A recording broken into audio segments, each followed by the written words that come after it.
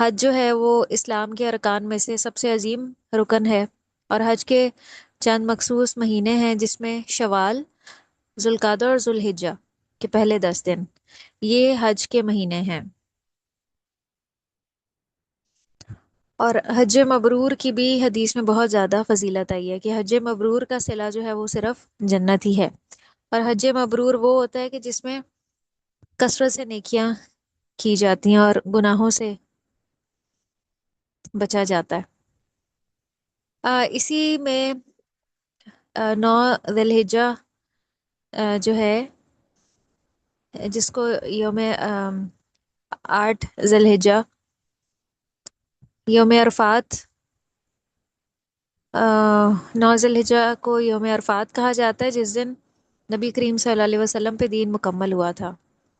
الیوم الیوم اکملت لکم دینکم واتممت علیکم نعمتی وردیت لکم الاسلام دینا، کہ آج میں نے تمہارے لیے تمہارا دین کامل کر دیا اور تم پر اپنی نعمت پوری کر دی، اور تمہارے لیے اسلام کو دین کی حیثیت سے پسند کر لیا۔ تو اللہ تعالیٰ عرفہ کے دن عرفہ والوں پہ بہت فخر کرتے ہیں۔ مسند احمد کی بھی ایک روایت ہے کہ اللہ سبحانہ و تعالیٰ اہل عرفہ کی وجہ سے اپنے فرشتوں کے سامنے ان پہ فخر کرتے ہیں، تو کہتے ہیں میرے ان بندوں کو دیکھو جو میرے پاس غبار آلود ہو کر آئے ہیں،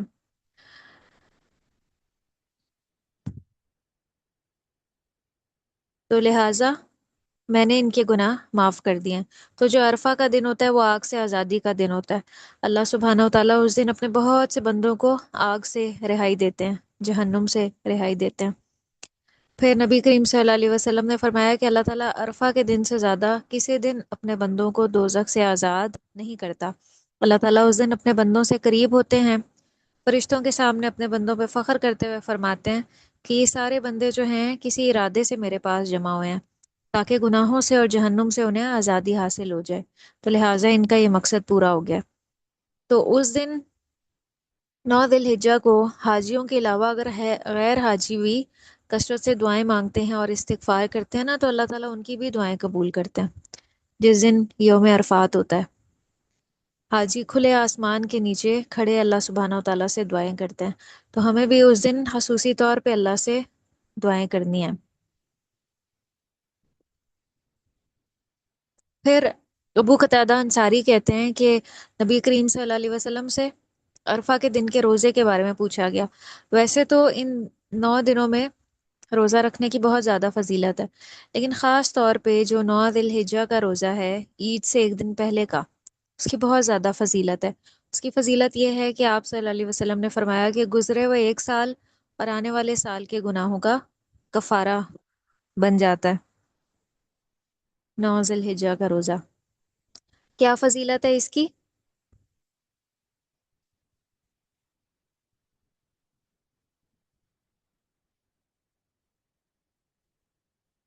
9 ذی الحجہ کے روزے کی کیا فضیلت ہے؟ کہ گناہ معاف ہو جاتے ہیں۔ ہاں جی، ایک سال پہلے کے اور آنے والے ایک سال کے صغیرہ گناہ معاف ہو جاتے ہیں۔ تو جو ہمارے سلف صالحین گزرے ہیں وہ ان دنوں میں بہت زیادہ اللہ کی عبادت کیا کرتے تھے، نیکی کے مختلف کاموں میں کوشش کیا کرتے تھے، نیکی کے کاموں میں شدید رغبت رکھا کرتے تھے۔ تو سعید بن جبیر کے بارے میں آتا ہے کہ جب یہ 10 دن شروع ہو جاتے وہ اپنی طاقت سے بڑھ کے سخت محنت کرتے تھے، اور ان 10 دنوں میں عبادت کی بھی بہت زیادہ ترغیب دیتا تھے۔ وہ کہتے تھے کہ ان 10 دنوں کی راتوں میں بھی اپنے لیے دیے نہ بجھایا کرو، راتوں کو بھی جاگتے رہا کرو، شب بیداری کیا کرو، قرآن پڑھا کرو، تہجد پڑھا کرو اور عبادت کیا کرو۔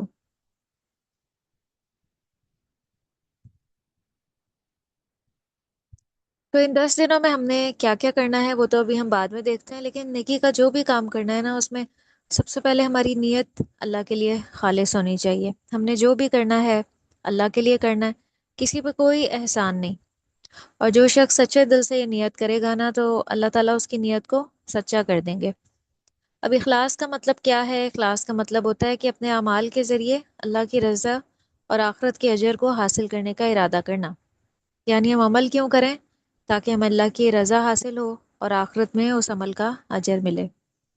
جیسے قرآن میں بھی آتا ہے کہ ومن اراد الآخرۃ وسعی لها سعیها وهو مؤمن فاولئک کان سعیهم مشکورا، جو آخرت کو چاہتا ہو اور اس کے لیے ضروری کوشش کرے جبکہ وہ مومن بھی ہو، تو یہی لوگ ہیں جن کی کوشش قابل قدر ہے،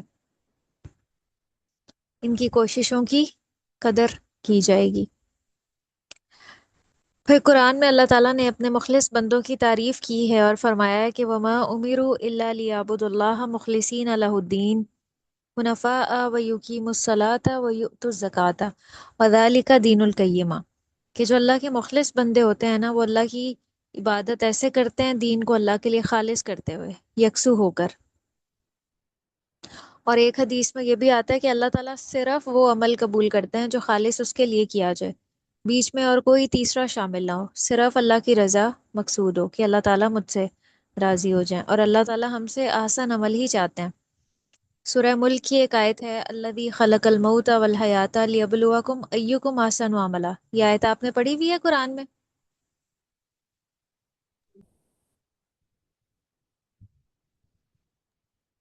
جی، سورہ ملک کی یہ ابتدائی آیت ہے، پڑھی ہوئی ہے آپ نے کبھی؟ یاد ہے؟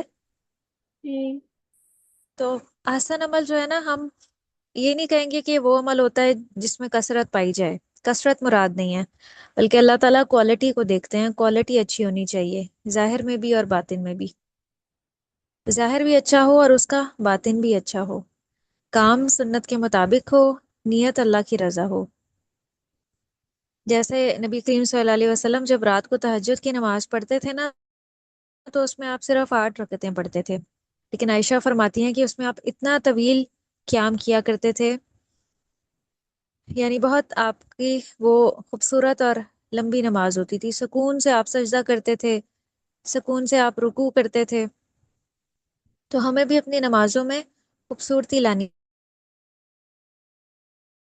ہونا چاہیے، اور نماز کیا ہے؟ خوبصورت ہونی چاہیے۔ اسی لیے ہمیں ایک دعا بھی سکھائی گئی ہے نماز کے بعد پڑھنے کے لیے کہ ربی آئینی علی ذکرک و شکرک و حسن عبادتک، کہ اے اللہ مجھے اپنی ایسی عبادت کرنے کی توفیق عطا فرمائے جو خوبصورت ہو، اپنی خوبصورت عبادت کرنے پہ میری مدد فرمائیے، اپنے ذکر پہ اور اپنے شکر پہ۔ یہ دعا آپ کو یاد ہے؟ یہ نماز کے بعد کا ذکر ہے، ربی آئینی علی ذکرک و شکرک و حسن عبادتک، پڑھیں۔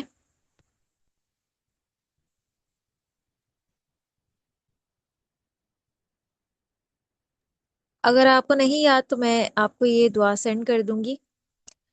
آپ کے پاس نماز کے بعد کے اذکار کارڈ ہے؟ جی، وہ ایک بک ہے میرے پاس۔ الہدا کی بک ہے؟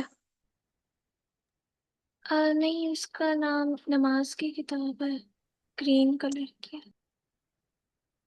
گرین کلر کی ہے؟ اچھا، میں آپ کو ایک کارڈ بھی سینڈ کروں گی، اس میں نماز کے بعد کے جتنے اذکار جو نبی صلی اللہ علیہ وسلم پڑھتے ہوتے تھے نا وہ ہیں، تو آپ نے کوشش کرنی ہے کہ اس میں سے کچھ نہ کچھ نماز کے بعد ضرور پڑھنی ہے دعائیں۔ جیسے ایک یہ ہے ربی عینی علی ذکرک و شکرک و حسن عبادتک، تو میں آپ کو اس میں ہائی لائٹ کر دوں گی اس کارڈ میں کہ آپ کون کون سی دعائیں جو ہیں وہ اس کا اہتمام کریں۔ تو دیکھیں، ہم جب بازار سے کوئی چیز لینے کے لیے جاتے ہیں، مثال کے طور پہ کوئی فروٹ لینے جاتے ہیں، کوئی سبزی لینے جاتے ہیں، کوئی ڈریس لینے جاتے ہیں، تو ہم کیسی چیز پسند کرتے ہیں، کیسی چیز اٹھاتے ہیں؟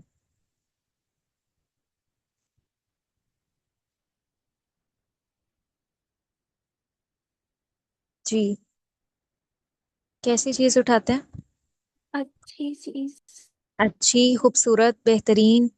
تو جب اللہ کو دیتے ہیں، چاہے نماز ہو، صدقہ ہو یا کچھ بھی ہو، تو کیا وہ بھی اتنا ہی خوبصورت ہوتا ہے کہ اللہ تعالیٰ کو پسند آ جائے، بہترین ہو؟ نماز اتنی بہترین ہو کہ اللہ تعالیٰ خوش ہو جائے اس پہ کہ میرے بندے نے کتنی اچھی نماز پڑھی ہے۔ تو عبادات میں بھی ہمیں اپنے اندر اخلاص پیدا کرنے کی ضرورت ہے۔ اب اخلاص پیدا کرنے کے لیے سب سے پہلا کام ہمیں یہ کرنا ہے کہ کوئی بھی نیکی ہے نا، اسے آخری نیکی سمجھ کے کرنا ہے۔ ہو سکتا ہے کہ آج ہمیں یہ عشرہ ذی الحجہ الحمدللہ نصیب ہو رہا ہے، لیکن ہو سکتا ہے کہ اگلے سال ہم یہاں پہ نہ ہوں، ہماری زندگی کا یہ آخری عشرہ ہو۔ تو اس لیے ہمیں خوب خوب اچھی طرح اللہ کی عبادت کرنی ہے۔ ایک بندہ مومن جو ہے حدیث میں آتا ہے کہ وہ اپنے شب و روز اس طرح سے گزارتا ہے کہ صبح ہوتی ہے تو وہ شام کا انتظار نہیں کرتا، شام ہوتی ہے تو صبح کا انتظار نہیں کرتا، یعنی وہ اپنا ہر عمل بہت ہی پرفیکٹ طریقے سے اور اخلاص کے ساتھ کرتا ہے۔ پھر اخلاص کے لیے دوسرا طریقہ یہ ہے کہ تنہائی کی عبادت کرنی ہے، لوگوں سے چھپ کے نیکیاں کرنی ہیں، تنہائی میں اللہ کو منانا ہے، اللہ کے سامنے رونا ہے، گڑ گڑانا ہے۔ اس سے دل جو ہے نا، دل کا تزکیہ ہوتا ہے اور دل صاف ہو جاتا ہے۔ اپنی خلوت کی عبادت کو جلوت سے بہتر بنانا ہے ہم نے۔ پھر اخلاص کے لیے تیسرا طریقہ یہ ہے کہ نیکیوں کو اللہ کا حکم سمجھ کے کرنا ہے، عادتاً نہیں کرنا۔ ہم بہت سی عبادات کو نا عادت سمجھ کے کرتے ہیں، نماز کو بھی ہم نے ایک عادت بنایا ہوتا ہے، بس ہم فٹافٹ ادا کر لیتے ہیں اور اس میں شعور ہمارا کم ہی بیدار ہوتا ہے۔ تو ہم نے عبادت کو عادت نہیں بنانا بلکہ اللہ کی فرما برداری اور اطاعت سمجھ کے کرنا ہے۔ پھر اخلاص کے لیے اگلا طریقہ یہ ہے کہ ہر قسم کی نیکی کرنی ہے، کسی عمل کو چھوٹا نہیں سمجھنا۔ ہم عام طور پہ حج اور عمرے کو تو بہت بڑا سمجھتے ہیں، لیکن کسی غریب کی مدد، کسی ٹوٹے دل والے کی دل جوئی، کسی بیمار کی عیادت، ان سب کاموں کو ہم چھوٹا سمجھتے ہیں، جبکہ یہ کام بھی چھوٹے نہیں ہیں اگر اللہ کی خوشنودی حاصل کرنے کے لیے کیے جائیں۔ تو ہمیں نیکی کا جو بھی موقع میسر آ جائے، بڑا ہو یا چھوٹا ہو، اس کو ہم نے فوراً کر لینا ہے، چھوٹا نہیں سمجھنا۔ ہمیں کئی بار نیکیوں کے بہت سے مواقع میسر آتے ہیں، فائدہ نہیں اٹھاتے، ہم کسی بڑی نیکی کی تلاش میں رہتے ہیں، ہم کہتے ہیں کہ بس ہمارا حج ہوگا تو ہی شاید اللہ کی عبادت کا حق ادا ہوگا۔ تو اس لیے روزانہ کی بنیاد پہ جو بھی نیکی کا موقع میسر آئے اس سے ضرور فائدہ اٹھانا چاہیے، نیکی کے کسی کام کو حقیر نہیں سمجھنا چاہیے، اور ان دنوں کو فضول کاموں میں ضائع نہیں کرنا۔ جیسے رمضان ہماری تربیت کے لیے آتا ہے، ویسے ہی یہ ایام بھی ہماری تربیت کے لیے آیا ہے کہ ہم اللہ کی عبادت کریں۔ پھر اخلاص کے لیے اگلا طریقہ یہ ہے کہ اپنی عبادت پہ ہم نے مطمئن نہیں ہونا، جو کر لیا اس کو کافی نہیں سمجھنا، ان لوگوں سے اپنے آپ کو کمپیئر نہیں کرنا جو کچھ بھی نہیں کر رہے، بلکہ ان لوگوں کو کے ساتھ اپنے آپ کو کمپیئر کرنا ہے جو دین میں ہم سے آگے ہیں۔ ہم عام طور پہ دین کے معاملے میں اپنے آپ کو کن لوگوں سے کمپیئر کرتے ہیں؟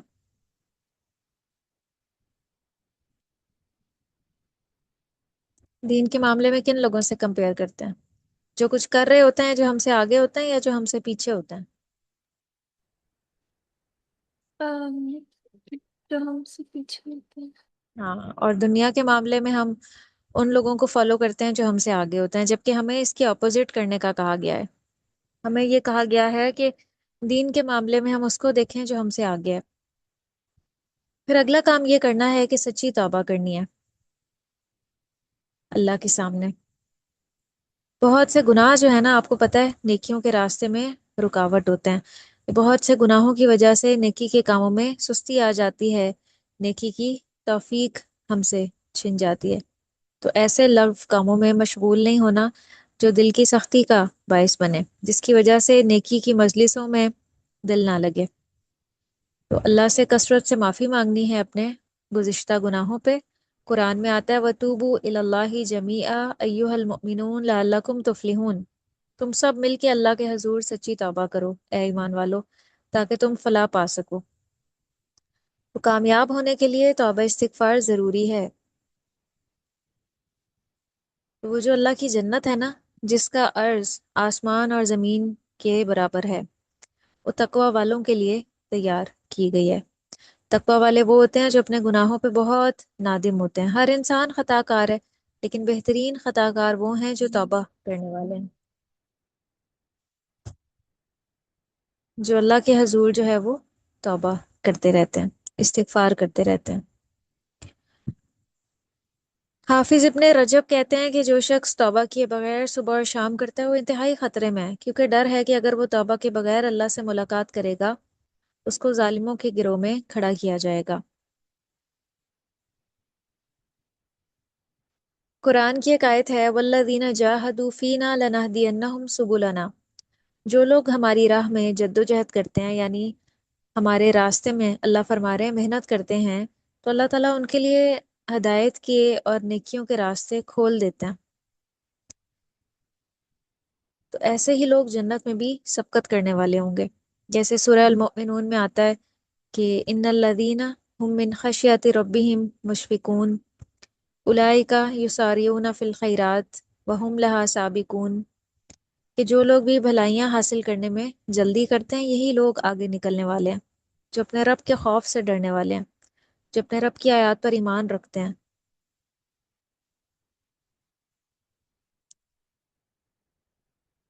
ایک بات یاد رکھیں کہ جس سے محبت ہوتی ہے نا اس کے لیے کوئی بھی کام کرنا مشکل نہیں ہوتا، انسان دل کی خوشی سے کرتا ہے اور بار بار کرتا ہے۔ تو ہمارے دلوں میں اللہ کی اور اللہ کے رسول صلی اللہ علیہ وسلم کی محبت ہر چیز سے بڑھ کے ہونی چاہیے۔ جس کے دل میں اللہ اور نبی صلی اللہ علیہ وسلم کی محبت ہوتی ہے وہ ایمان کی حلاوت پا لیتا ہے۔ اللہ کی محبت زندگی میں مٹھاس پیدا کر دیتی ہے، انسان کی زندگی میں ایک خوشی آ جاتی ہے، ایک سکون آ جاتا ہے، ایک اطمینان آ جاتا ہے۔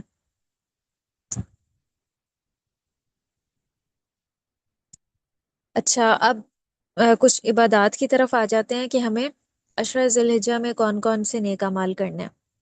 سب سے پہلے تو اپنی نمازوں کی حفاظت کرنی ہے، پانچوں نمازوں کو ان کے وقت پر ادا کرنا ہے، اول وقت میں نے آپ کو یہ پمفلٹ سینڈ کیا تھا عشرہ ذی الحجہ اور کرنے کے کام، اس کو بھی آپ ڈرائیو پہ سیو کر لیجئے گا، اور قربانی کے مسائل بھی تھے۔ اللہ تعالیٰ کو اول وقت میں پڑھی گئی نماز جو ہے نا وہ بہت محبوب ہے۔ نبی کریم صلی اللہ علیہ وسلم سے سوال کیا گیا کہ کون سا عمل سب سے افضل ہے؟ آپ نے فرمایا نماز کو اس کے اول وقت میں ادا کرنا۔ نبی کریم صلی اللہ علیہ وسلم نے دن میں 12 رکعت سنت موقدہ عطا کرنے کی بہت زیادہ فضیلت بتائی ہے، کہ جو 12 رکعت سنت موقدہ ادا کرتا ہے جنت میں اس کے لیے گھر بنایا جاتا ہے۔ یہ کون سی ہیں؟ جیسے فجر کی 2 سنتیں ہیں، پھر عصر کی فرض سے پہلے کی 4 اور بعد کی 2، یہ 8 ہو گئیں۔ پھر نماز مغرب میں 2، 10 ہو گئیں، اور عشاء میں 2، یہ کل 12 رکعتیں سنت موقدہ ہو گئیں جو نبی کریم صلی اللہ علیہ وسلم نے کبھی بھی ترک نہیں کی تھی۔ پھر اسی طرح نوافل کی کثرت، ان ایام میں ہمیں کثرت سے نوافل بھی پڑھنے ہیں۔ ایک بار نبی کریم صلی اللہ علیہ وسلم کے آزاد کردہ غلام سبان، انہوں نے آپ سے پوچھا کہ مجھے کوئی ایسا عمل بتائیے جس سے اللہ تعالیٰ مجھے جنت میں داخل کر دیں۔ تو آپ نے فرمایا کہ سجدوں کی کثرت کیا کرو، جب بھی کوئی تم میں سے سجدہ کرتا ہے نا تو اللہ تعالیٰ اس سجدے کے سبب اس کا ایک درجہ بڑھا دیتے ہیں اور اللہ کا قرب حاصل ہوتا ہے، اور اس کے ذریعے تمہاری خطا مٹا دیتے ہیں۔ تو فرض نمازوں کے بعد جو افضل نماز ہے نا وہ تہجد کی نماز ہے، اور پھر تہجد کی نماز کے بعد اشراق اور چاشت کے نوافل ہیں، یعنی جب صبح سورج طلوع ہو جاتا ہے اس کے آدھے گھنٹے کے بعد اشراق کی نماز کا وقت ہوتا ہے، اور اشراق کی نماز کے آدھے گھنٹے بعد چاشت کی نماز کا وقت شروع ہو جاتا ہے۔ تو اس کی فضیلت یہ ہے کہ انسان کے جسم کے ہر ہر جوڑ کا ایک صدقہ ہے، اور جو انسان 4 رکعتیں پڑھ لیتا ہے اشراق یا چاشت کی تو اس کا وہ صدقہ ادا ہو جاتا ہے، اور اللہ تعالیٰ پورے دن کے کاموں کے لیے کفایت کر جاتے ہیں، چاہے وہ دنیا کے ہوں یا دین کے ہوں۔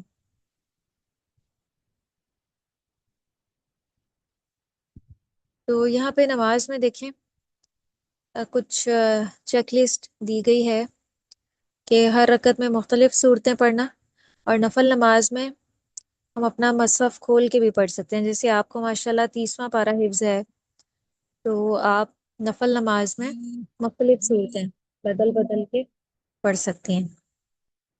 پھر تہجد میں طویل قرات کرنا، تو یہ سارے نماز سے متعلق باتیں ہیں۔ پھر ان ایام میں اللہ کا کثرت سے ذکر کرنا، اٹھتے بیٹھتے کام کاج کرتے چلتے پھرتے اللہ کے ذکر کی کثرت۔ نبی کریم صلی اللہ علیہ وسلم نے فرمائی کہ کوئی دن اللہ کے ہاں ان 10 دنوں سے زیادہ عظمت والا نہیں، اور نہ ہی کسی دن کا عمل اللہ کو ان 10 دنوں کے عمل سے زیادہ محبوب ہے۔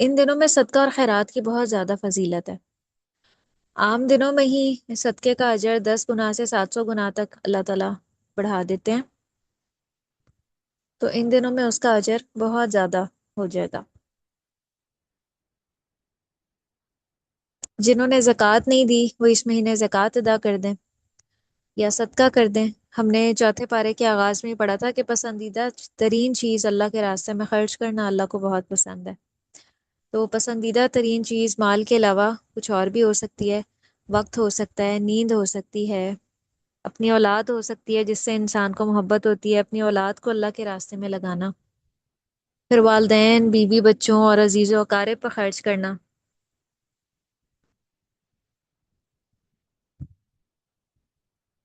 پھر صلہ رحمی کرنا۔ صلہ رحمی میں سب سے پہلے تو والدین کو یاد رکھنا چاہیے، اگر وہ زندہ ہیں تو ان کی خدمت کی جائے، ان کی طرف سے کچھ نہ کچھ صدقہ کیا جائے۔ اور صلہ رحمی میں دیگر رشتہ دار بھی آ جاتے ہیں، ان کا حال چال پوچھنا، جو بیمار ہیں ان کا خیال کرنا، انہیں وزٹ کرنا یا فون پہ ان کی خیریت معلوم کرنا، ان کی ضروریات پوری کرنا، کیونکہ صلہ رحمی جنت میں لے جانے والا عمل ہے۔ نبی کریم صلی اللہ علیہ وسلم نے فرمایا کہ سلام پھیلاؤ، اچھی گفتگو کرو، صلہ رحمی کرو، اور راتوں کو جب لوگ سو رہے ہوں تو قیام کرو، تم سلامتی کے ساتھ جنت میں داخل ہو جاؤ گے۔ پھر اسی طرح پڑوسیوں کی خبر گیری کرنا، ضرورت مندوں کی مدد کرنا، سلام کو عام کرنا، دین کی تعلیم و تبلیغ کرنا، اجتماعی بھلائی کے کاموں میں حصہ لینا، یہ سب جو ہیں ہمیں کرنے چاہیے۔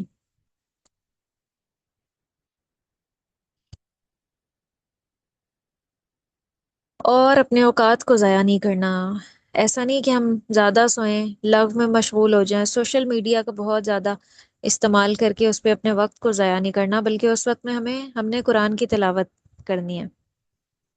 قرآن میں آتا ہے کہ وہ مومن بندے جو اپنی نماز میں عاجزی کرتے ہیں، اپنے نمازوں کی حفاظت کرتے ہیں، جو لغو کاموں سے منہ موڑتے ہیں، بیکار چیزوں میں اپنے آپ کو مشغول نہیں رکھتے، بلکہ اپنے آپ کو بیکار قسم کی چیزوں سے نکال لیتے ہیں، تو ایسے ہی بندے جنت میں بہت اعلیٰ مقام پانے والے ہیں۔ پھر اسی طرح عید اور قربانی کی سنتیں، عید کے دن کی سنتوں پہ عمل کرنا، عید کی نماز کا اہتمام کرنا، خواتین کو بھی عید کی نماز ادا کرنی چاہیے۔ آج کل بہت سی مساجد میں خواتین کی نماز کا بھی اہتمام ہوتا ہے، اس کا خصوصی طور پہ اہتمام کرنا چاہیے، اور اخلاص نیت سے قربانی کرنی چاہیے، دکھاوا مقصود نہ ہو۔ بہت سے لوگ جو ہیں وہ قربانی جب خریدتے ہیں یا جب اس کا گوشت تقسیم کر رہے ہوتے ہیں، اس کی تصویریں پوسٹ کر دیتے ہیں فیس بک وغیرہ پہ، تو اس طرز عمل سے بچنا ہے، کیونکہ اللہ تعالیٰ کو یہ پسند نہیں ہے۔ قربانی کا گوشت خود بھی کھانا ہے اور دوسروں کو بھی کھلانا ہے، اپنے رشتہ داروں کو بھی دے سکتے ہیں، اور خاص طور پہ جو غریب مسکین ہے نا، ان کا زیادہ حق ہے کہ ان تک بھی پہنچایا جائے۔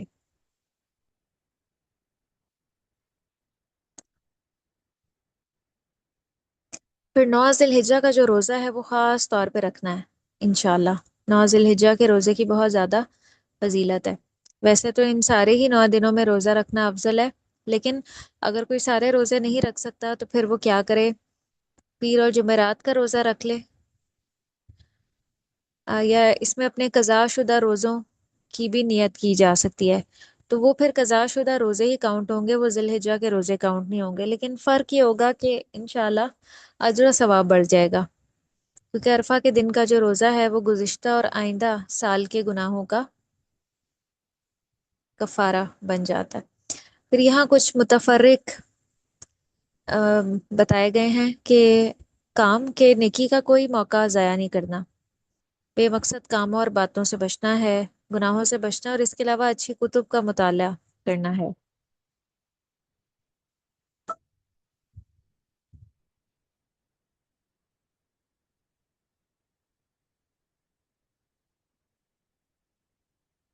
مسند احمد کی حدیث ہے کہ کوئی دن اللہ تعالیٰ کے ہاں ان 10 دنوں سے عظمت والا نہیں، اور نہ ہی کسی دن کا عمل اللہ تعالیٰ کو ان 10 دنوں کے عمل سے زیادہ محبوب ہے، بس تم ان 10 دنوں میں کثرت سے تحلیل، لا الہ الا اللہ، تکبیر، اللہ اکبر، اور تحمید، الحمدللہ کہو۔ تو آپ سب آپ اس دعا کو